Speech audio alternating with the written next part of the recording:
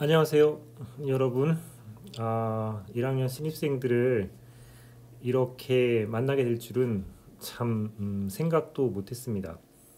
코로나 사태가 빨리 이제 종료가 돼서 여러분들을 이제 만날 수 있으면 좋겠습니다. 이거는 그 아이패드 화면 녹화 기능을 이용해서 영상을 촬영하고 있습니다.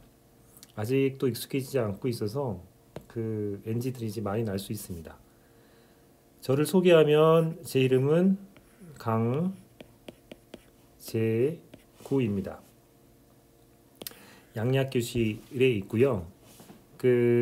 제가 그 학교의 교무처장 일을 맡고 있어서 그 명곡의학관 원래 연구실은 819호실이지만 여기에 주로 없을 수가 많습니다.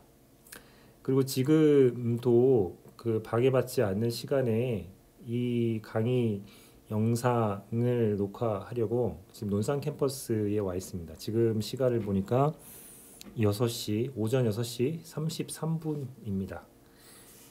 저한테 이제 뭐 질문이나 그 여러 가지 그 이야기하고 싶은 게 있으면 주로 이메일을 사용하시면 제일 빠릅니다. 제가 여러분들이 주시는 이메일은 보고 그 크게 이제 많은 고민을 하지 않고 답을 줄 수 있는 거라면 대체로 10분 내로 답장을 드립니다. 제 이메일 주소는 jaku 건양 ac.kr 이니까 이 부분들을 잘 확인하셔서 뭐 궁금한 게 있으면 이메일 주시기 바랍니다. 제 얼굴이 궁금하시겠죠? 우선 심장이 약한 분들은 뭐 굳이 잠깐 동안 눈을 감고 있어도 되고 여러분한테 잠깐만 제 얼굴을 공개하도록 하겠습니다. 자, 준비하시고요. 네, 안녕하세요. 제가 강재구입니다. 이제 다음에 이제 오프라인 강의실에서 만나게 될 때 반갑게 보도록 하겠습니다.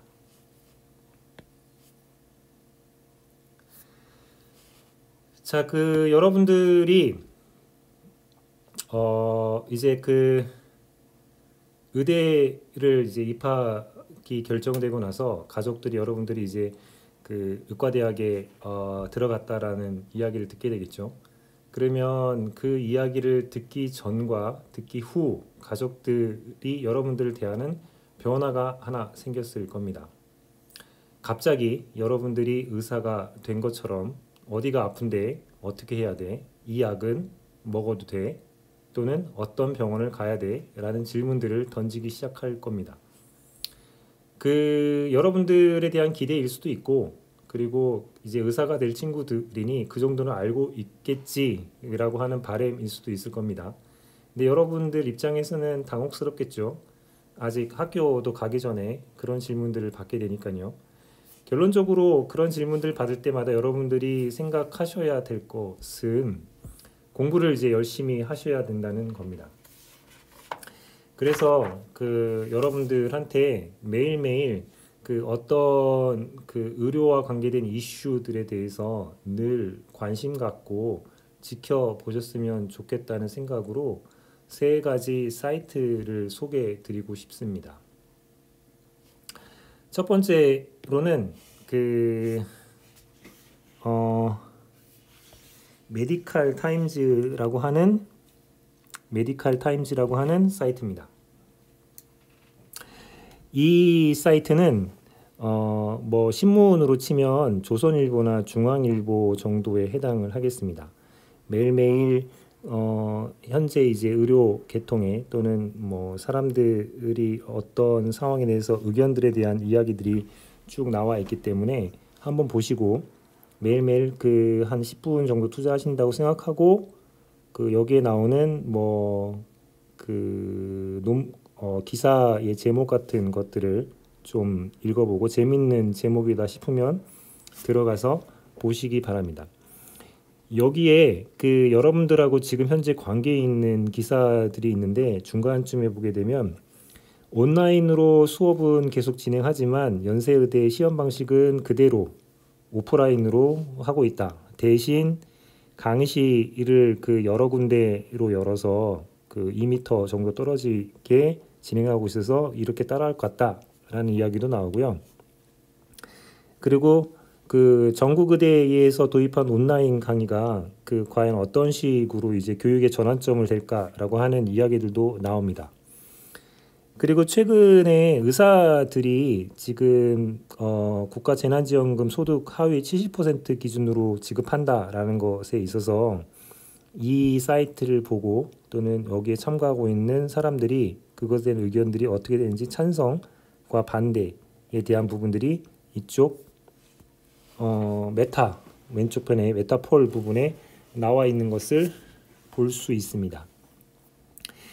그 두 번째 사이트는 이것은 이제 조선일보하고 중앙일보의 그 기조랑 비슷한 페이지가 medicaltimes.com이라고 하면, 두 번째는 한겨레 신문하고 비슷하다고 이제 비유를 할 수 있는 청년의사 사이트를 소개해 드립니다.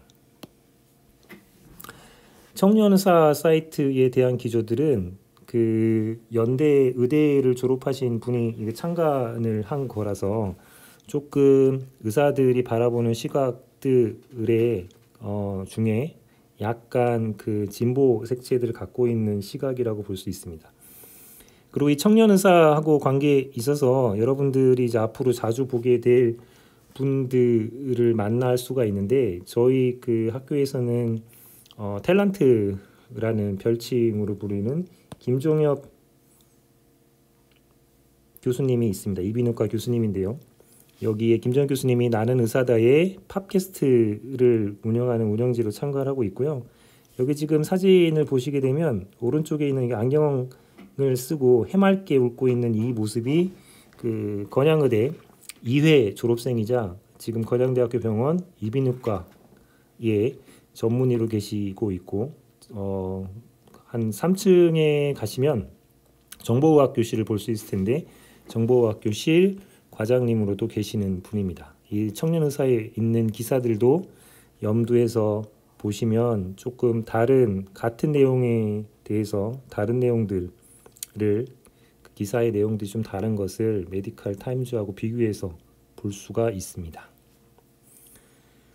세 번째는 좀 인문학적인 시각으로 그 기사를 쓰고 있는 나포르시안이라고 하는 것을 소개해 드립니다. 나포르시안들은 그 의료에서 벌어지고 있는 여러 가지 사안들에 대해서 그 인문학적인 색채를 가지고 조금 다른 시각과 다른 생각으로 생각해 볼 수 있는 이야기들을 적고 있습니다. 그래서 이 세 가지 사이트들을 조금 염두에서 매일매일 조금 지켜보시다 보면 여러분들이 갖고 있는 나름대로의 생각들을 정리해 볼 수 있는 계기가 될 수 있을 거고요. 그리고 다른 사람들의 그 생각과 그런 것들을 조금 읽을 수 있는 계기가 될 수 있을 겁니다. 그래서 매일매일 이 세 군데 사이트를 좀 들어가면서 의료 계통에서 어떤 일들이 벌어지는지 살피는 의대생으로 거듭나셨으면 좋겠습니다. 그러면 지금부터 제 7장 비뇨계통을 할 텐데요. 교과서는 다들 가지고 있으시겠죠. 새 의학 용어라고 하는 교과서 11판에 챕터 7이 되겠습니다. 교재 페이지로는 155쪽이 됩니다. 이것을 들어가기 전에 또 이제 중요한 이야기들을 드릴 텐데요. 여러분들 사이트 중에 이 사이트를 알고 있으면 좋겠습니다.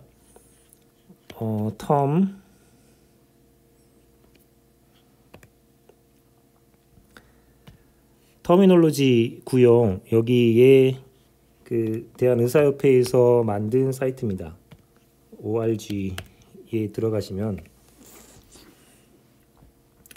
의학용어 검색 대학의사협회에서 만든 거고요. 지금 현재 쓸 수 있는 것은 5집 개정판이 가장 그 최근판입니다. 앞으로 여러분들이 그 진행되고 나면 6집이 이제 나올 텐데 아직은 6집은 이 사이트에 올라가 있지 않습니다. 가장 최근판은 5집 개정판입니다.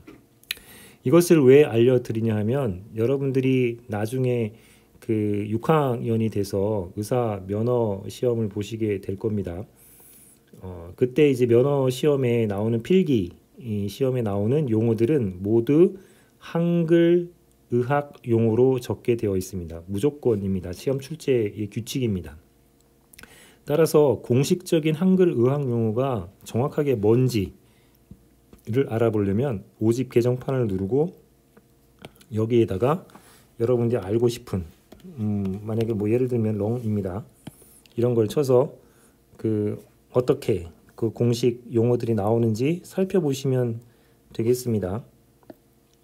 그 렁의 공식 의학 용어 명칭은 한글 의학 용어는 폐 또는 허파라고 이제 5집 개정판에 나오고 있죠. 자, 이런 것들을 통해서 그 정확하게 이제 용어들을 이해할 필요가 있겠다라는 겁니다. 이 얘기들을 왜 드리냐면 그 의학 용어들을 이제 설명을 할 때요. 그 용어를 어떻게 쓰는가가 사람들한테는 굉장히 중요합니다. 지금 뭐 대표적인 걸 하나 예를 들자면 지금 현재 그 여러분들이 지금 잘 하고 있는지는 모르지만 사회적 거리 두기라고 하는 게 이제 그 언론이나 뭐 방송이나 뭐 여러 가지 이야기들이 많이 되고 있습니다. 그런데 그 여러분들이 만약에 의료인이라면 WHO에서 공식적으로 말하는 용어로 바꿔쓰기를 권장드립니다. WHO에서는 사회적 거리두기라고 하는 용어 안에 그 사람과의 관계까지 거리를 둔다라고 생각해서 이런 내용들이 담기지 말았으면 좋겠다. 그래서 WHO에서 권장하는 공식적인 명칭은 뭐냐 하면 물리적 거리두기입니다. 근데 아직까지 이 물리적 거리두기가 그 낯선으로서 그런지 그 사회적 거리두기라고 하는 표현들을 많이 사용하고 있는데요. 여러분들은 가능하면 왜 물리적 거리두기라고 하는 용어를 써야 되는지, 왜 관계를 그 거리를 둔다라고 하는 개념들이 포함되지 않는 용어로 바꾸는 게 중요한지에 대한 것들을 잘 알고 계시면 좋겠습니다. 그리고 그 여러분들이 이제 집에 그 여러분들 혈기왕성해서 그 물리적 거리두기를 잘 실천 안 하고 있을 수 있는데요. 그 의료인이 될 사람들 입장에서 여러분들이 솔선수범해서 그것들을 조금 잘 했으면 좋겠습니다. 그래서 집에 그 물리적 거리두기 하면서 집에 있는 동안 여러분들이 조금 살펴볼 수 있는 사이트 한 가지를 더 소개해 드리겠습니다. WKH 아주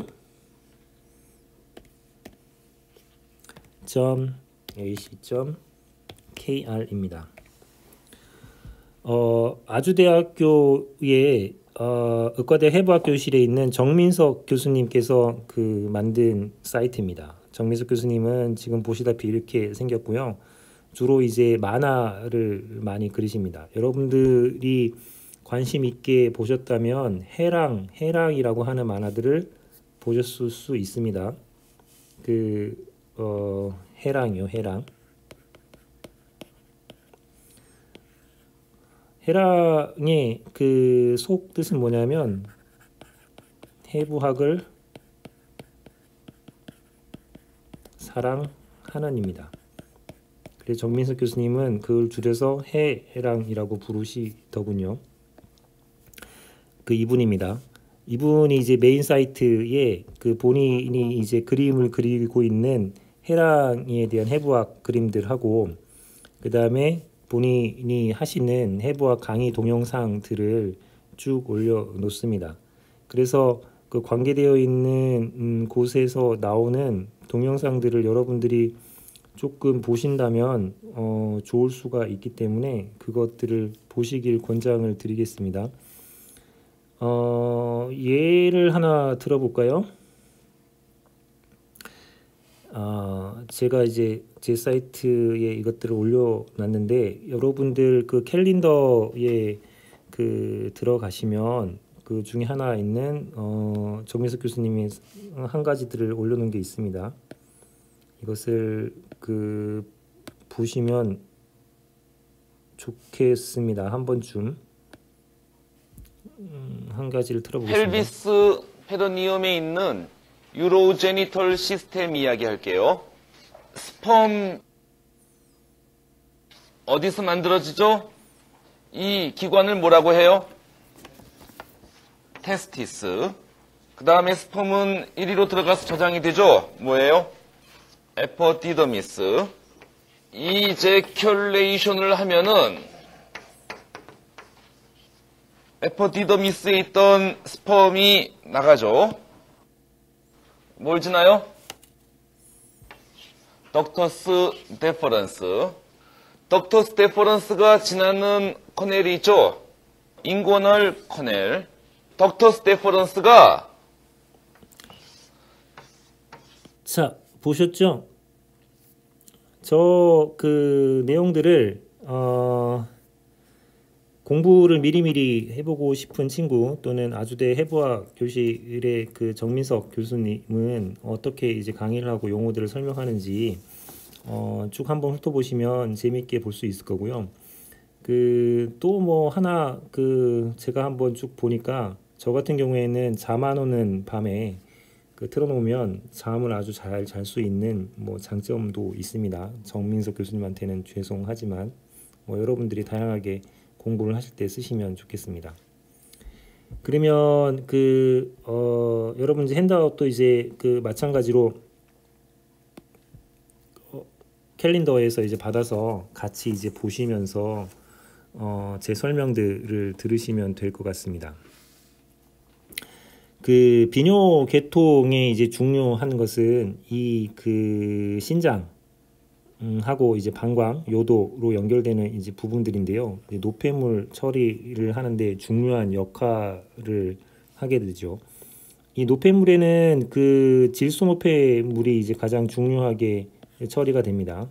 그 질소 노폐물을 생각해 본다면 유레아, 또 이제 크레아티닌, 그리고 유릭 애시드 이런 것들이 있게 됩니다. 이 장에서 그 여러분들이 공부를 할 때 꼭 아셔야 될 것들은 그 비뇨계통에 속한 기관들을 단지 어떤 의학용으로 그 쓰는지 뿐만 아니라 위치하고 거기에 대한 그 용어를 같이 꼭 기억해 주시기 바랍니다. 그 다음에 그 여러분들이 의학용어를 배울 때 단순하게 영어 단어 암기하듯이 하지 마셔야 되는데요. 첫 번째는 위치하고 같이 이해할 것, 그 다음에 의미를 정확하게 이해할 수 있으면 좋겠습니다. 이 의미를 정확하게 이해하는 게 얼마만큼 중요하냐 하면 그 전문가들이 의학용어를 가지고 대화할 때 그 굉장히 힘들어 하시죠. 환자나 이제 보호자 분들이요. 따라서 그 여러분들이 쓰는 용어들을 보호자나 그 환자분들한테 이해하기 쉽게 바꿀 수 있으려면 그 의학용어 갖고 있는 정확한 의미를 이해하는 게 굉장히 중요해집니다. 그리고 그 비뇨계통에서 하는 여러 가지 처치라든가 검사실 검사 또는 이제 그 자로 그 진료 진단 그 또는 그 치료 그쪽에 이제 그 쓰게 되는 약어들에 대한 부분들도 이해하셨으면 좋겠습니다. 그러면 첫 번째로 이제 아셔야 될 것들은 우선 위치와 관계되어 있는 거겠죠. 간혹 가다가 제가 이런 식으로 표현해서 여기에 이제 뭐가 들어가느냐라고 하는 그 시험 문제를 내는 경우가 있습니다. 따라서 키드니가 그 콩팥이다라고만 기억하는 게 아니라 이 키드니가 그 해부학적 위치에서 어디에 있다라는 것들을 꼭 기억해 주시면 되겠습니다. 콩팥은 사람에 따라서 다르지만 한 120에서 170g 정도가 되고요. 뭐 크기로 따진다면 여러분들이 그 주먹을 쥐고 있으면 그 주먹 크기 정도라고 생각하시면 좋을 것 같습니다.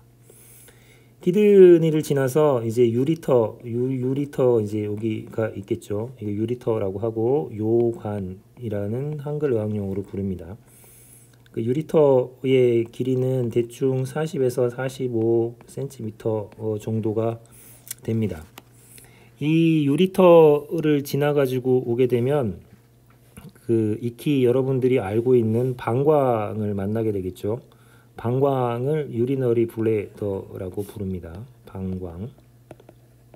이 방광을 안쪽을 보게 되면 이쪽에 양쪽에 콩팥 유리터를 지나 가지고 방광으로 들어오는 구멍이 두 개가 있고, 그리고 이 방광에 모아져서 이제 그 밖으로 배출하는 구멍이 이제 하나가 있어서 여기를 이으면 역삼각형 형태의 모양이 됩니다. 따라서 이 역삼각형 모양이 된다고 해가지고 이쪽 부위를 트라이곤이라고 부릅니다. 뭐 방광 삼각이라고 부르기도 하죠. 그리고 그 이 방광을 따라서 오줌이나 뭐 여러 가지 이제 배설물들이 이제 나오는 그 길들을 우리는 유리스라라고 부릅니다. 요도라고 부르죠. 그 한국말로 여기는 관이고 여기는 길에 해당하는 길도자를 씁니다. 도라고 부르죠. 차이를 보시게 되면 요 관이라고 하는 그 부분들은 독립적으로 완벽하게 관 모양의 해부학적 구조물을 갖고 있고요. 도라고 하는 부분들은 그 관 모양의 구조물이 형성된 게 아니라 다른 구조물에 의해서 그 지나가는 길이 만들어졌다라고 생각하시면 됩니다. 그래서 요도라는 표현을 쓰고요. 남성들의 요도의 길이는 20cm 정도가 되고 여성들의 요도의 길이는 3.5에서 4cm 정도의 길이가 됩니다. 따라서 여성들이 방광염에 이제 그 많이 걸리는 이유 중에 하나가 요도의 길이가 짧아서 그 세균의 감염 시에 방광까지 이제 올라갈 수 있는 기회들이 이제 많기 때문에 그런 일이 벌어지겠죠. 그리고 이 요도의 끄트머리를 우리는 유리스랄 미에터스라는 발음으로 이제 부르게 됩니다. 그 요도 구멍이 되겠습니다. 여성을 이제 지켜보게 되면 나머지 용어들은 같습니다. 키드니를 중심으로 그 위쪽에 아드레날 글랜드가 있죠. 이제 그것들은 이제 보시면 될 것 같고요. 그 다음에 이제 위치에 보게 되면 여성들은 자궁이라고 하는 게 있는데 이 방광 유리너리 블래더의 위치를 자궁하고 보게 되면 자궁 앞쪽으로 있습니다. 방광 뒤쪽에 자궁이 있다라는 사실을 조금 명심해 두시면 되겠습니다. 따라서 그 나중에 뒤쪽에서 이제 보게 될 테지만 요도 구멍에 해당하는 유리스랄 미에러스가 제일 앞쪽으로 있고 그 다음에 그 뒤쪽에 지일구가 있게 되는 구조가 되겠죠. 그런 형태로 되어 있다라는 것을 해부학적으로 조금 이해하시면 좋을 것 같습니다. 다음에 이제 그 키드니를 속을 조금 들여다보면 키드니에는 그 토리라고 하는 글로메룰리라고 하는 것들이 있습니다. 여기가 이제 토리죠. 토리라고 하는 것들이 이제 한국말인데 실뭉치의 한국말이라고 보시면 됩니다. 큰 실뭉치의 한국말이 토리라고 생각을 하면 되고 그 예전에 한글 의학용어를 만들 때 그 당시의 분위기가 순수한 그 우리말을 쓰는 분위기가 있던 시절이어서 글로메룰러스를 토리라고 하는 이름으로 줬고 자세히 보시면 실뭉치를 감아 놓은 것처럼 생겼습니다. 이런 게 신장에서는 한쪽 신장에 몇 개 정도가 있냐면 대충 100만 개 정도의 토리가 존재한다고 생각을 하시면 되겠습니다. 이 토리들을 중심으로 이제 어떤 일들이 벌어지냐면 동맥이 여기를 지나가겠죠. 아테리올이라고 하는 세동맥이 있고, 그리고 이 세동맥을 지나서 얘네들을 이제 혈액에 있는 여러 가지 노폐물들을 여과를 시켜서 오줌의 형태로 이쪽으로 모이게 됩니다. 그 여기 노란색으로 되어 있는 부분에 모이는 여기를 우리는 그 레날 펠비스라고 하는 형태로 부릅니다. 신우라고 부르죠. 여기를 우리는 레날 펠비스라고 부릅니다. 한글 의학용어로는 신우라고 생각을 하시면 됩니다.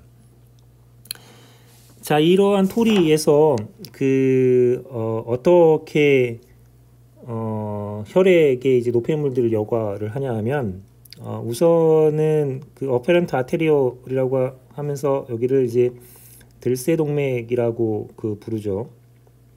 세종맥, 그 세동맥이라고 하는 것들이 이제 들어가서 이 토리 안에서 그 삼투 작용에 의해서 그 여러 가지 노폐물들이 이제 밖으로 빠지게 되고, 그 빠진 것들이 이 요세관으로 이제 나오게 됩니다. 나머지는 이제는 다시 나가는 구조로 되어 있는 상황이 되겠죠. 예전에는 이 토리를 처음 발견한 그 과학자가 보우만이라고 하는 사람이었습니다. 그래서 그 보우만 주머니라고 이제 부르던 시절이 있었는데, 이제 이것은 공식 명칭으로 쓰지는 않고 있고요. 글로메룰라 캡슐 또는 토리 주머니 용으로 사용하고 있다는 것들을 좀 명심하셨으면 좋겠습니다.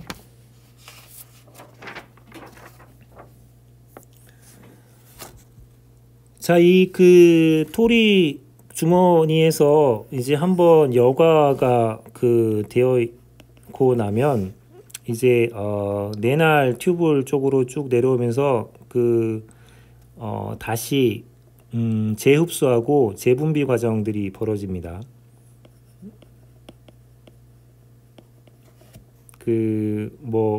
여과가 됐지만 다시 이제 쓸 수 있는 것들은 재흡수 과정들을 겪게 되고요. 모세관을 지나면서 다시 중요한 여러 가지 산이라든가 포타슘 또는 몇몇 약물 같은 경우에는 재분비라고 하는 튜블라 시크리션 과정들이 벌어지면서 결국에는 유린으로 이제 되게 되겠죠.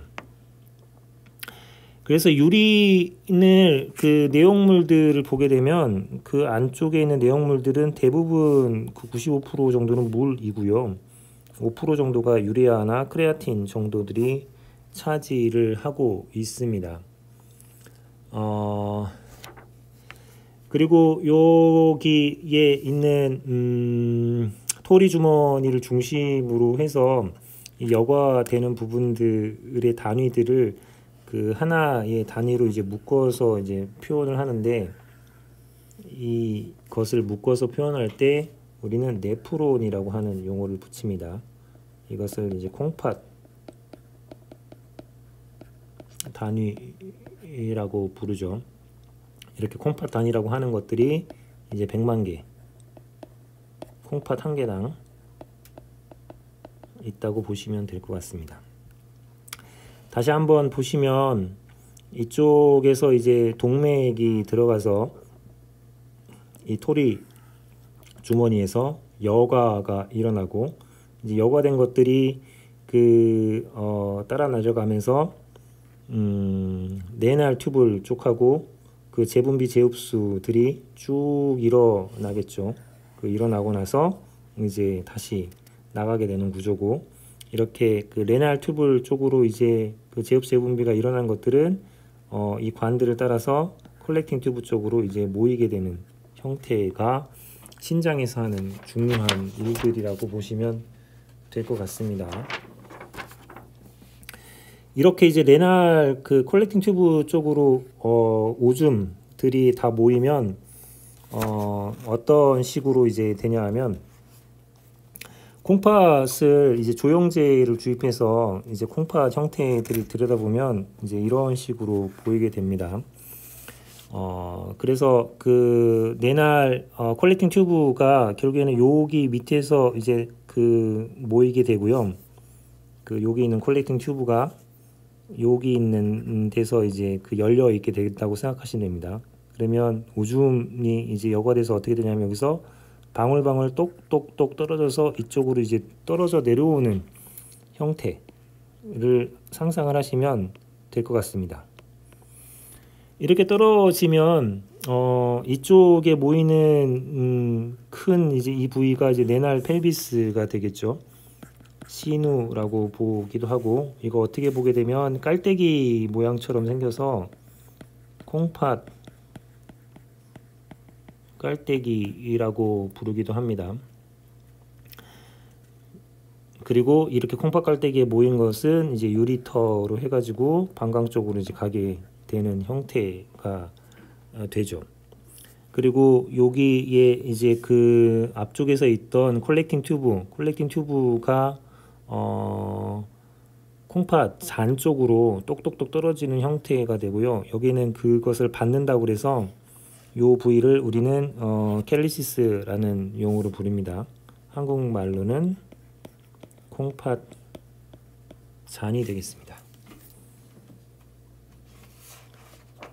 해부학적 위치에 대한 부분들하고 의학용어를 익히셨다면 여러분들이 이제 조금 정확하게 배뇨의 순서에 대한 맥락들을 이해하실 필요가 있습니다. 이 흐름에 대해서 간혹 여기 이제 네오박스를 비워놓고 여기가 채워져야 될 의학용어를 쓰시오라고 하는 시험 문제를 내기도 합니다. 주의를 조금 해주셨으면 좋겠습니다. 보시면 아시겠지만 이제 혈관에서 세동맥으로 해서 토리 쪽으로 들어가면 이 토리에서 그 토리 주머니하고 이제 관계를 해가지고 여과가 일어나죠. 그리고 레날 튜블 쪽에 그 이 모세혈관들이 지나가게 되면서 재흡수하고 재분비 과정들을 밟게 됩니다. 요게 이제 콩팥 단위에서 이제 벌어지는 일들이고요. 이렇게 레날 튜블 쪽으로 오게 되면 신우에 이제 쭉 모이게 되고, 신우에 이제 모이게 되면 이것은 유리터로 가게 되겠죠. 요관으로 가게 되고,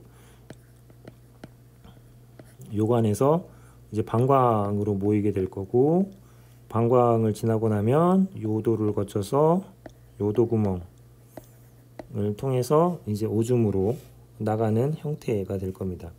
한 번만 그 흐름들을 잘 생각해 보면 쉽게 이해할 수 있을 거라고 생각이 듭니다.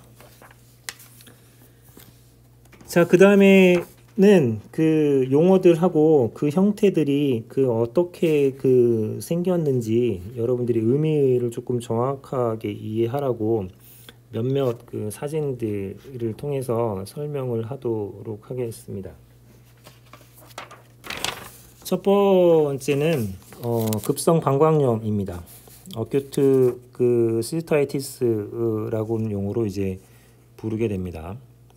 이 방광염은 뭐 간단하죠. 그 세균이 감염에 의해서 이제 벌어지는 거고, 방광의 이제 그 벽들을 보게 되면 이런 식의 이제 혈흔들을 이제 볼 수 있게 됩니다. 그 방광염은 대개 이제 특별한 원인 없이 일어나게 되지만 주로 여성들이 남성에 비해서 그 많이 일어나죠. 이유는 아까 말씀드렸던 대로 요도가 짧기 때문에 이제 이런 일들이 벌어지고, 또는 수술 후에 그 요로도관 삽입의 과정에서도 벌어지기도 합니다. 방광염 기억해 두시면 될 것 같고, 그 다음에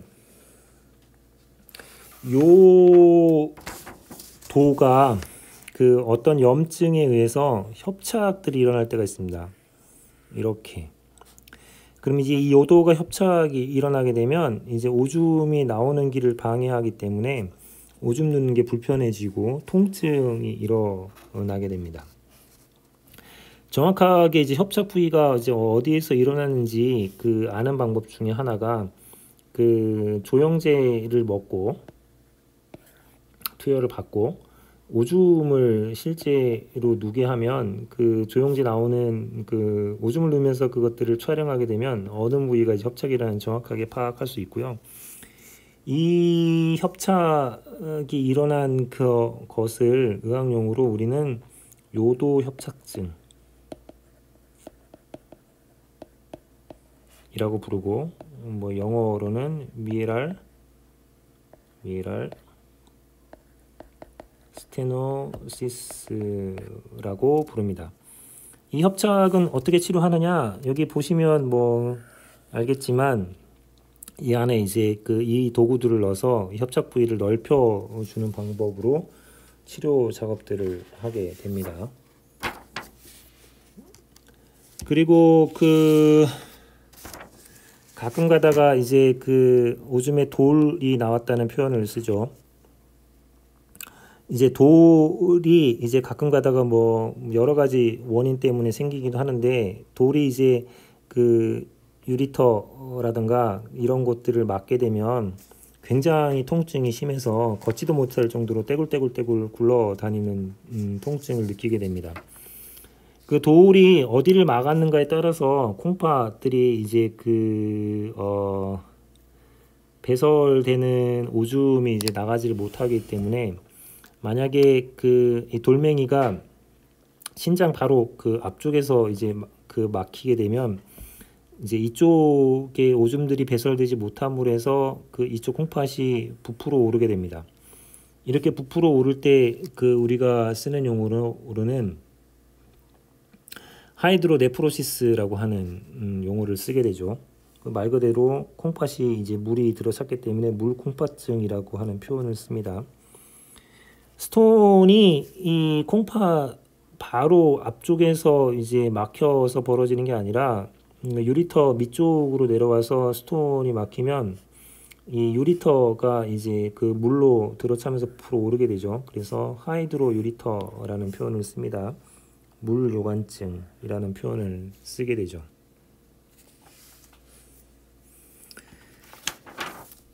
그 다음에 처치 중에 하나가 돌멩이가 이렇게 내려오는 게 아니라 콩팥 안에서 이제 돌멩이가 이 안에서 문제가 되거나 아니면 여기 안에서 이제 문제가 되는 경우들이 생길 수가 있습니다.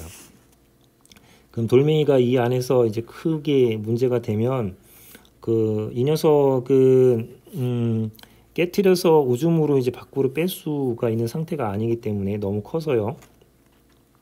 그 방법 중에 하나가 콩팥을 절개를 해서 이쪽으로 집어넣어서 초음파 같은 걸로 깨트려 버리는 작업들을 하게 되고, 이런 작업들을 할 때 쓰는 형태의 의학용어가 레프로리사토미라고 하는 용어를 쓰게 됩니다. 이것을 콩팥 절개 돌 제거술이라고 부릅니다. 여기에 실질 부위에 이제 돌멩이가 쌓이게 되면 이 안쪽으로 이렇게 하는 게 아니라 콩팥 요 부위를 이제 절개를 해서 그것을 이제 깨는 작업들을 해야 되는데요. 지금 여기 나와 있는 그림처럼요. 이런 것을 우리는 깔때기 돌 제거술이라고 하는 용어를 쓰게 되고, 파이엘로 리사토미라고 하는 용어를 씁니다.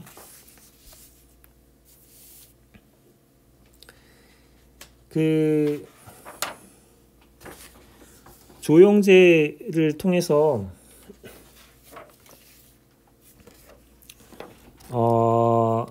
협착된 부위하고 그런 것들을 찾을 때 엑스레이를 찍기 위해서 조영제를 투입을 하게 되는데, 이렇게 조영제를 투입을 해서 조형 사진을 찍고 그 어느 부위가 이제 협착이 일어나는지를 이제 그 관찰하는 요 과정들을 우리는 뭐라고 부르냐면 바이엘로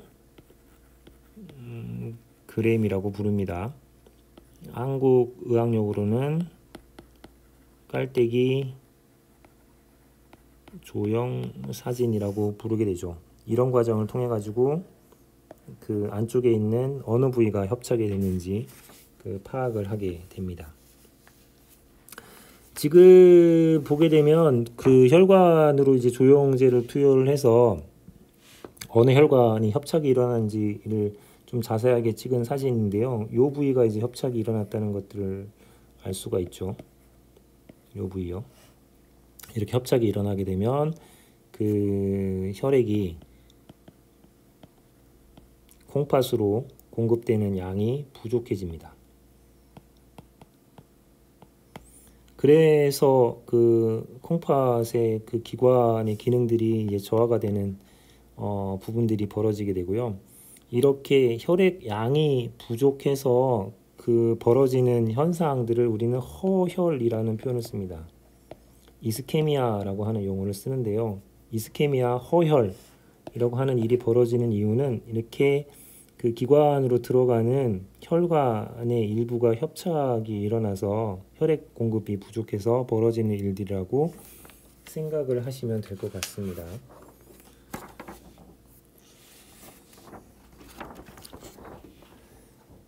그 다음에 이 허혈에 대한 부분들을 그 영어로 좀 써드려야 되겠군요. 이스케미아라고 부릅니다.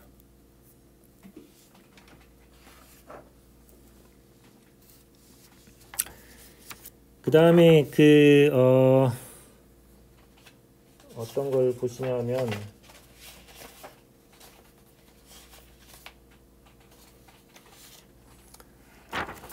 가끔 가다가 방광에 이제 문제가 생기는 경우들이 있을 수 있습니다. 방광암 같은 게 이제 대표적인 거고요.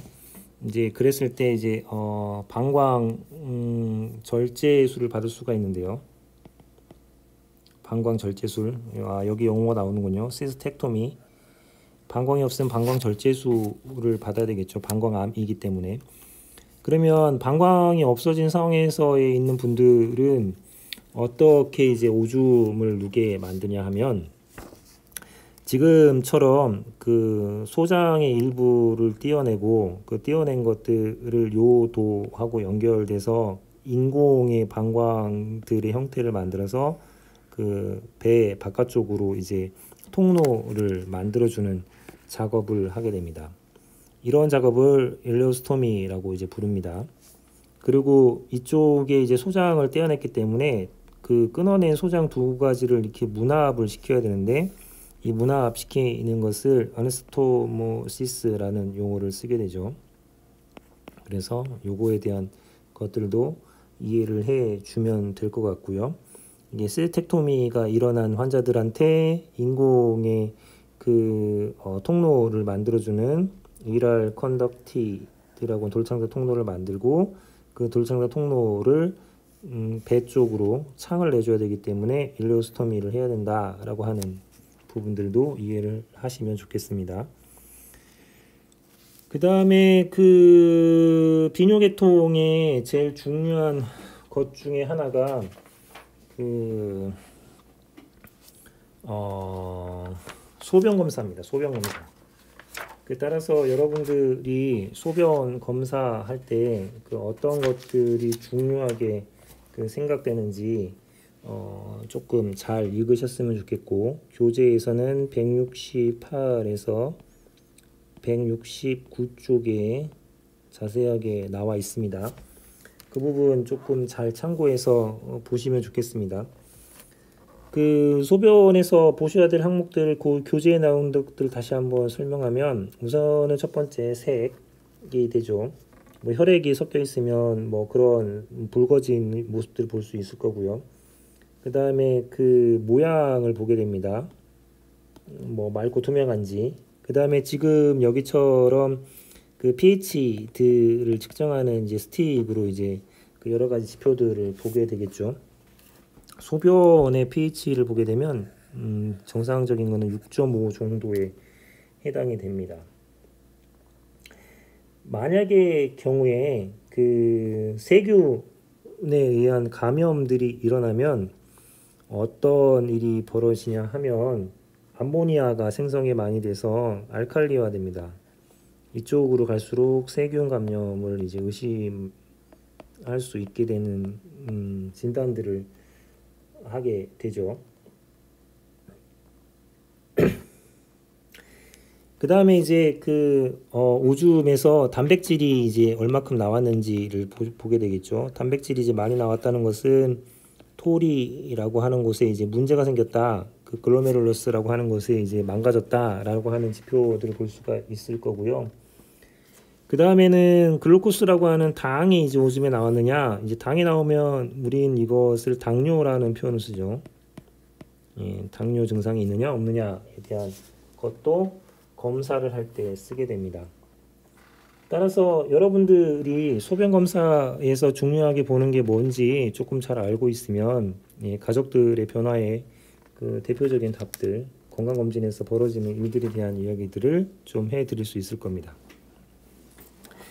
자, 그 다음에는 그 병리학과 관련된 용어들 몇 가지들을 이제 말씀드리도록 하겠습니다. 첫 번째는 그 키드니에 이런 식으로 이제 물주머니들이 들어차 있는 형태를 볼 수 있습니다. 이런 것을 폴리시스틱 키드니 디지즈라고 하는 물주머니 콩팥병이라고 부르죠. 그 다음에 그 이 콩팥 안에 그 캔서, 튜머가 생기는 형태가 있습니다. 여기 지금 튜머 모습들이 보이죠. 보통은 건강검진을 하게 되면 초음파 사진으로 콩팥을 들여다보게 됩니다. 초음파 사진으로 들여다보게 되면 이렇게 물주머니 형태 때문에 보이는 건지 아니면 이렇게 튜머 때문에 보이는 건지 아주 전문가들은 뭐 대충 예측이 가능하겠지만 구분이 힘든 경우들이 생길 수가 있게 됩니다. 이런 경우에 그 감별 진단을 한번 받아보라고 하게 되죠. 주로 이제 CT 촬영을 하라고 그 건강검진에서 요청을 받게 됩니다.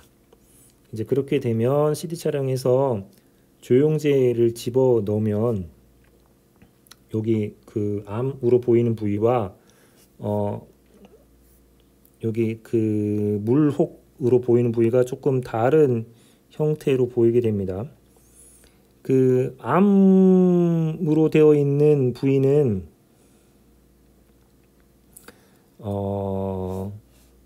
키드니 요 색깔하고 비슷한 형태로 이제 염색이 되고요.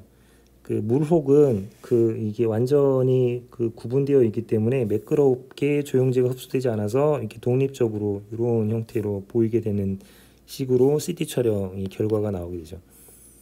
이렇게 이제 물혹적으로 되게 되면 이렇게 폴리시스틱 형태까지가 되지 않는다면 특별하게 증상은 나타나지는 않습니다.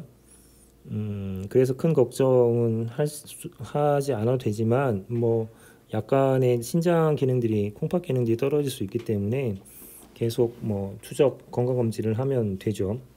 근데 이제 이렇게 튜머 형태로 나오게 되면 카시노마 형태로 나오게 되면 이것은 조금 위험해집니다. 암 중에 2% 정도에 해당이 되고 예후가 상당히 안 좋습니다. 그래서 좀 이제 걱정이 되는 상태로 될 수가 있습니다. 그리고 요 관이 협착된 여부들을 알기 위해서 요도를 촬영하기 위해서 보이딩 시스토의리소그램이라고 하는 배뇨중 방광 요도 조영상을 찍게 됩니다. 여기는 지금 그림이 지금 안 올라와 있는데요. 네, 누워서 찍게 되는 형태로 되어 있고요. 그거 좀 불편하죠. 그런 사진들을 찍게 된다라고 하는 것 자체가 이제 그런 사진들을 촬영을 해서 볼 수가 있게 되고요. 그 다음에는 방광에 이제 문제가 있는지 없는지 검사를 하기 위해서 방광경 검사를 실시를 하게 됩니다.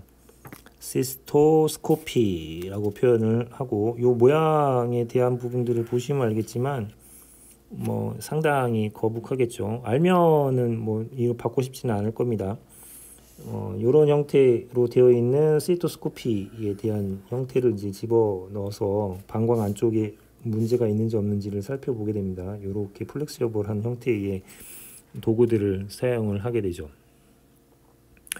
이쪽에 있는 것들을 보게 되면 이렇게 바로 이제 페니스를 통해서 사이토스코피를 집어넣게 되어 있고, 한쪽에는 이제 그 라이트 소스에 해당하는 거, 또 다른 쪽에는 이제 워터를 집어넣는 구멍들을 갖고 있어서 이런 치료 작업들이 진행될 수 있다라는 것들을 생각을 해보시면 될 것 같습니다.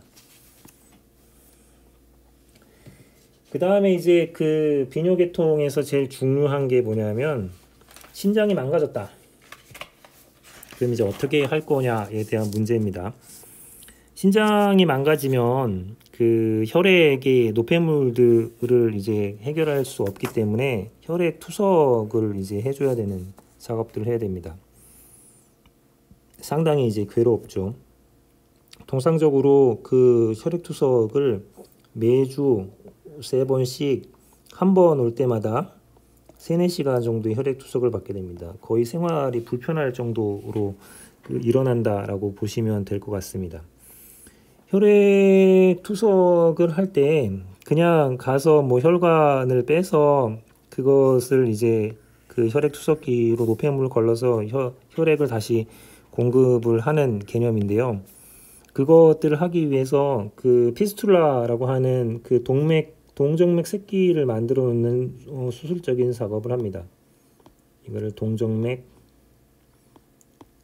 새끼라고 부르는데, 어떤 작업이냐면 이 아테리 쪽에서 하고 이쪽에 이제 베인 정맥 쪽을 연결을 하고 이쪽에서 이제 바로 빼고 넣고 하는 작업들을 하기 위해서 수술 작업들을 해놓죠. 그래서 투석을 하러 가게 되면 여기를 이제 투석기에 연결하고 이렇게 해서 집어넣는 형태를 하게 됩니다. 상상을 해보시면 알겠지만 매주 3번씩 그 한 번에 3-4시간씩 이 작업들을 하게 되면 여기 혈관들이 견뎌내지 못하고 퉁퉁 붓게 됩니다. 따라서 이 붓게 되면 다른 쪽 팔에 또 페스툴라를 만들어서 이런 일들을 하게 되죠. 그래서 이러한 그 혈액 투석에 대한 것들이 쉽지가 않게 됩니다. 혈액 투석에 대한 용어로는 헤모다이얼시스라는 형태를 쓰고요. 약어로는 HD라고 하는 표현을 쓴다라는 것을 알고 계시면 좋겠습니다. 이렇게 직접 그 혈액 투석하는 것들이 병원에 가야 되기 때문에 조금 사회생활을 해야 되는 분들을 위해서 복막 투석들을 진행하기도 합니다. 페리토니알 다이알시스라고 하는 PD를 진행을 하기도 하죠. PD 부분들은 이렇게 여과할 수 있는 솔루션을 이게 복막을 통해서 여기도 이제 미리 수술을 해 놓는 거죠. 솔루션을 이렇게 쭉 다 집어넣을 때까지 갖고 있다가 다 들어가면 이것들을 이제 밑으로 내려서 드레인을 빼내는 작업들을 하게 됩니다. 그래서 이 복막 투석을 하게 되면 우선은 와이셔츠 윗주머니에다가 이 솔루션을 담고 다 들어갈 때까지 기다렸다가 이 주머니를 이제 펴서 그 바지 주머니 쪽으로 이제 내린 다음에 기다려주면 4시간 정도 지나면서 이 투석액들이 밖으로 빠져 나와 가지고 투석이 되는 형태를 하게 되죠. 이런 것을 PD 그 페리토니알 다이얼리시스라고 한다. 그래서 여러분들이 그 헤모다이얼리시스라고 하는 혈액투석과 그리고 페리토니알 다이얼리시스라고 하는 복막투석, 이것들이 어떤 형태인지를 조금 크게 구분해서 용어적으로 이해할 수 있으면 좋을 것 같습니다. 그 상상을 해보시면 알겠지만 이렇게 투석을 오랫동안 하는 것들은 쉽지 않은 일입니다. 따라서 그 결국에는 안정적으로 그 혈액의 노폐물들을 제거하기 위해서는 신장 이식을 받는 게 제일 좋죠. 근데 이제 문제는 그 신장 이식을 받을 때 그 면역 거부 반응에 대한 상황들을 고려를 해야 됩니다. 그래서 레날 트랜스플란테이션이라고 하는 콩팥 이식, 신장 이식에 대한 용어들을 기억해 주시면 될 것 같고요. 이것들은 옛날부터 그 오른쪽하고 왼쪽에 대한 것들이 이제 문화적인 부분인데요. 오른쪽이 조금 더 좋다라고 하는 인식들이 있어서 벌어진 거라고 생각을 하시면 됩니다. 어떤 얘기를 하고 싶냐면 공여하는 도너의 왼쪽 신장을 뗍니다. 그리고 그 수여받는 분의 오른쪽에다가 그 트랜스플란테이션을 시키는 작업으로 그 콩팥 이식들이 진행된다라는 것들을 이해하시면 될 것 같고요. 이러한 그 콩팥 이식들을 할 때 그 이식을 한 다음에 중요한 것들은 여기에 이제 유리터를 이어주는 작업들을 하나 해야겠죠. 그 작업을 유리터 네오시스토스토미라고 하는 용어로 쓴다라고 하는 것들 하나 이해하시면 될 것 같고요. 요관, 방광, 이음술이 될 거고, 그리고 이 신장을 어디서 얻느냐에 따라서 세 가지로 크게 나눌 수가 있습니다. 그 아이소그래프트 라는 용어를 쓸 수가 있고요.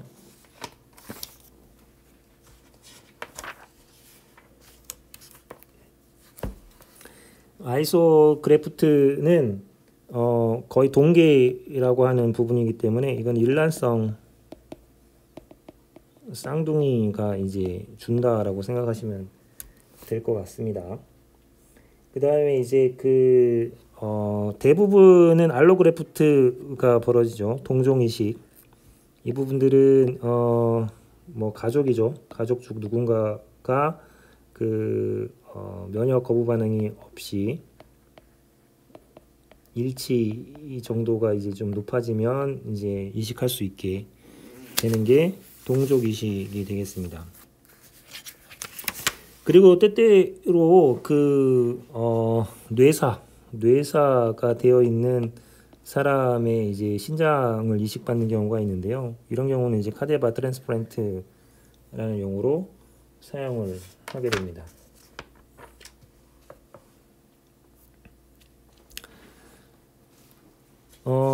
방광의 그 여러 가지 작업들을 할 때라던가 또는 그 오줌을 그 누게 하는 것들이 되게 중요해서 방광으로부터 그 요도를 통해서 밖으로 오줌이 빠져나가는 길들을 만들기 위해서 작업하는 것을 우리는 그때 쓰는 것을 이제 폴리카테터라고 부릅니다. 폴리카테터. 그 폴리라고 하는 부분들을 쓴 이유는 그 이 사람 이름입니다. 이 폴리라고 하는 사람은 미국의 비뇨기과 의사입니다. 그 뭐 정확한 이 사람의 풀네임을 굳이 뭐 알 필요는 없지만 프레드릭 유진 바질 폴리라고 하는 사람이 이걸 첫 번째로 이제 개발했고 미국 보스턴에서 이제 비뇨기과 의사로 그 일했던 사람입니다. 그래서 폴리 카테터를 가지고 오세요라는 얘기들을 이제 많이 듣게 될 거고, 여러분들이 그 인턴 잡 중에 거의 이제 많은 부분을 차지하는 것 중에 하나가 이 폴리카테터 작업들을 하는 거고, 의사 그 면허 시험의 실기에서도 이제 자주 나오는 문제 중에 하나입니다. 할 수 있는지 없는지에 대해서요. 이걸 폴리도뇨관이라고 부르게 되죠. 여기에는 뭐 세 가지 그 내용들이 있는데요. 뭐 배수하는 관이 하나가 있고, 그 다음에 이제 공기 주입하고 세척액을 주입하는 관들이 이제 이렇게 연결되어 있다라고 생각하시면 될 것 같습니다. 이게 이제 도뇨관들을 실제로 그 삽입을 하는 모습들을 보여주고 있습니다.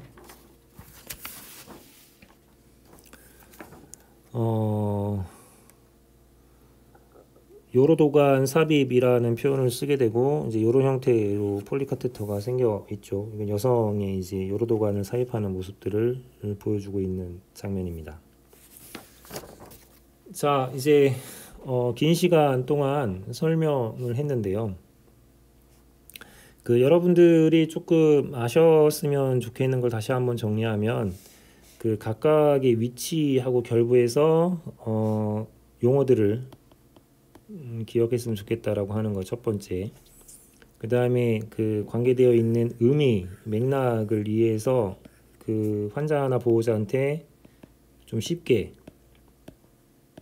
설명할 수 있는 상태로 이해하셨으면 좋겠다라는 것을 말씀드리고 싶고요. 그 소변 검사에 대한 것들은 어떤 목적으로 어떤 의미를 갖고 있는지를 이해하는 것들을 조금 잘 익히면 이 챕터에서는 중요하겠다라는 이야기들을 드렸습니다. 그리고 관련된 처치 관련해서도 조금 기억할 수 있으면 좋겠다라는 얘기를 드렸습니다.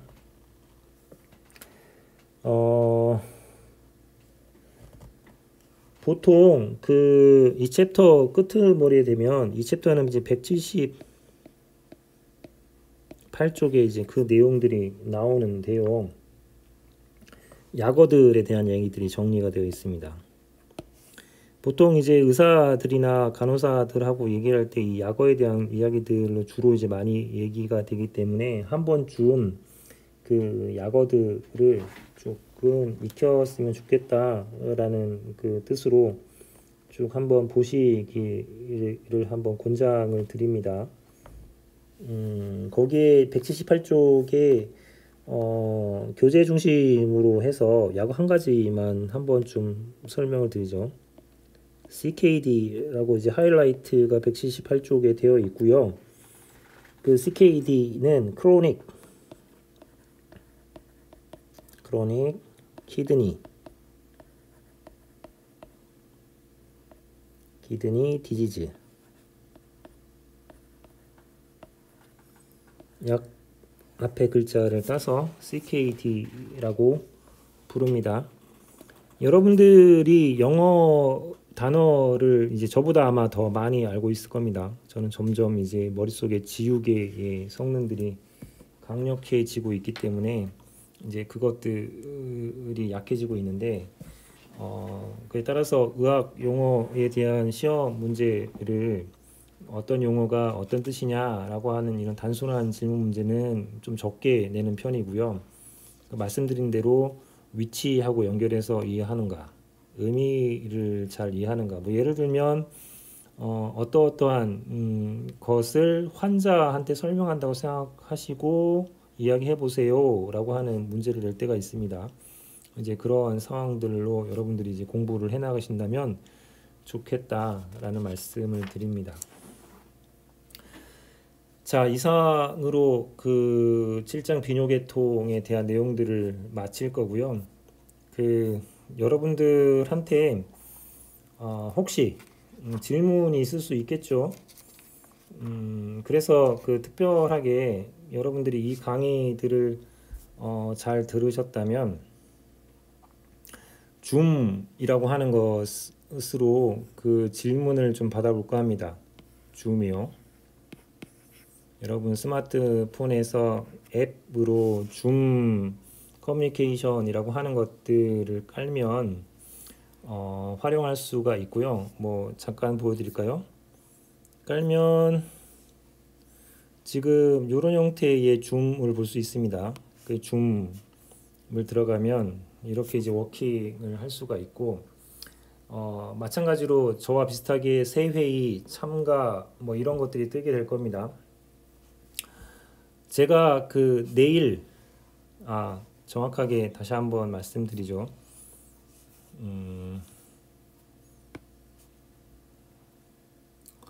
제가 4월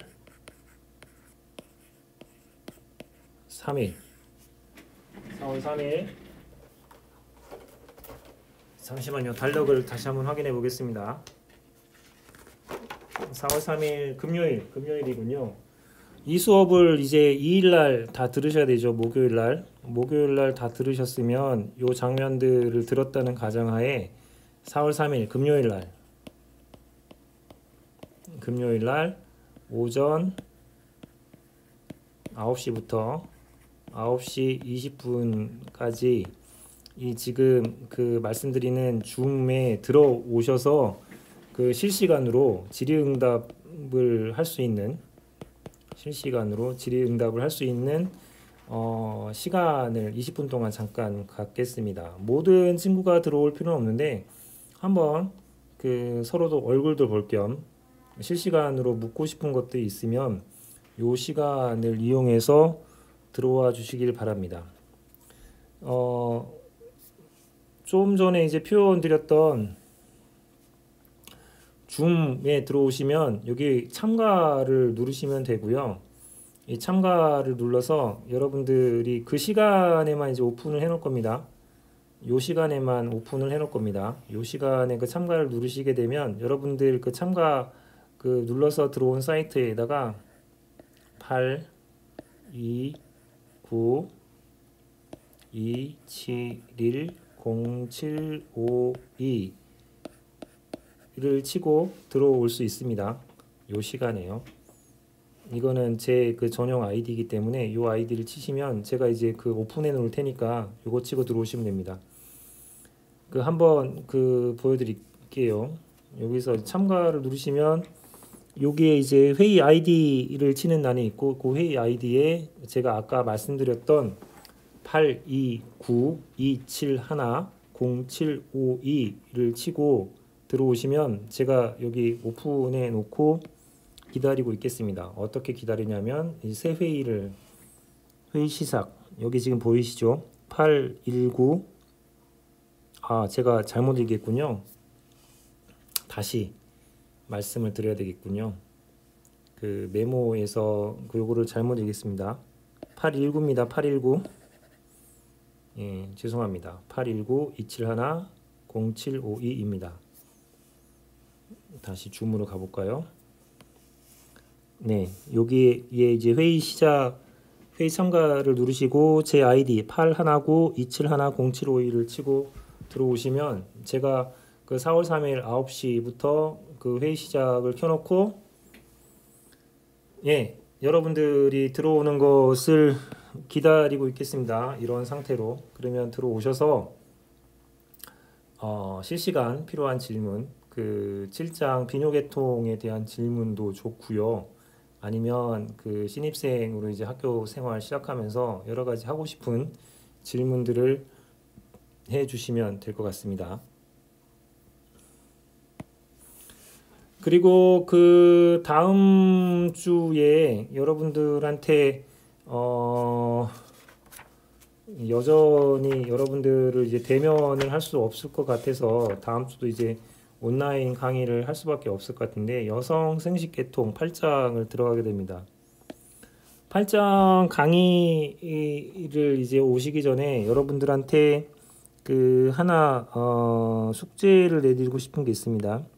어떤 숙제냐면 그 사이트를 조금 찾으셔서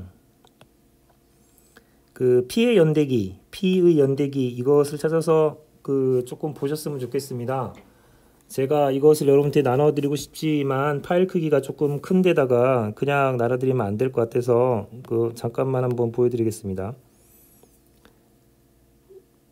이거 한 번쯤 보시길 권장을 드립니다. 이 피의 연대기에는 그 중요한 그 생리컵에 대한 여성들이 이제 갖고 있는 여러 가지 생각들이 적혀 있고 여러분들이 한번 보면서 의료적으로도 생각해 볼 문제이기 때문에 좋은 그 다큐멘터리 작품이라서 소개해 드립니다. 꼭 한번 보시고 오십시오. What are you going to make for us? We're gonna make sweet potato soup 한 and 50분 정도 Is 걸리는 it like 내용이기 food 때문에 for winter? 아니군요. 1시간 20분 정도 걸리는 다큐멘터리입니다. rice. 이것을 보시고 One of my 오시길 favorite 권장드리겠습니다. dishes. 네, 고생하셨습니다. 그러면 이걸로 7장 비뇨계통의 강의를 마치겠고요. 여러분들 그 뭐 4월 3일 금요일 아침 9시에 꼭 좀 다들 들어오셔서 서로 얼굴 보면서 뭐 간단한 그 지금의 일상이라든가 아니면 7장에서의 질문이라든가 아니면 뭐 저에 대한 개인적인 질문이라든가 아니면 학교 생활의 질문 뭐 이런 것들을 잠깐이라도 나눠볼 수 있는 기회가 되길 바랍니다. 네, 좋은 하루 되십시오.